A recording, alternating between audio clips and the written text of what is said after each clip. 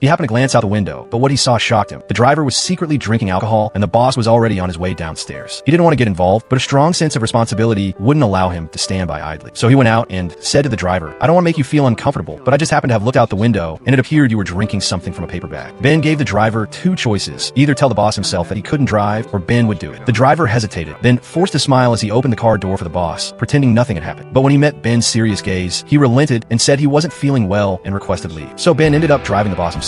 He safely drove the boss to his destination. When the boss got out of the car, he casually mentioned he was a bit hungry, so Ben went to buy him breakfast. It was just a small gesture, but it made a strong impression. What the boss didn't know was that this considerate man was once the chairman of a printing company. He had applied for this job simply because he saw the senior intern ad while shopping. Ben didn't need the money. He just wanted to do something meaningful. He had been retired for years. His children had their own lives, and since his wife passed away, he felt lonelier than ever. He spent 3 years traveling the world, trying to fill the void, but every time he returned home, the silence felt more oppressive. He enjoyed learning new things and loved being around young people. Outwardly, Ben's retirement life seemed fulfilling, but deep down, he felt something was missing. So in his 70s, Ben made a bold decision to apply to be an intern at this company. With 40 years of experience, he got the position without any difficulty. Ben took his work seriously, but on the very first day, he encountered a problem. He couldn't use the company's new laptop. Fortunately, a colleague nearby noticed and quietly helped him. He joined a fast-growing women's fashion e-commerce company. The founder, Jules, had grown it from a 20-person startup to a company with over 200 employees in just 18 months. Her success came from a relentless attention to detail. From product packaging to logistics, Jules handled everything personally. To save time, she even rode a bicycle around the office, forcing her assistant to jog to keep up. When people learned Ben was assigned to assist Jules, they couldn't help but feel sorry for him. She was known for being strict, and working under her wasn't easy. Ben remained calm and confident. He arrived at her office on time, ready to work. To his surprise, Jules told him the company hired senior interns only as part of the community initiative, with no real work plan for him. In fact, she suggested transferring him to another department. But Ben spoke up. He wasn't there to sit around and collect a paycheck. Seeing how serious he was, Jules promised to find him something to do, then dismissed him. Ben didn't waste any time. He worked late every day, only going home after Jules had left. Days passed, and still no tasks were assigned to him, but Ben never got discouraged. He helped where he could, sharing his sales knowledge with younger colleagues. Jules began to notice that Ben wasn't just keeping busy, he genuinely cared about the work.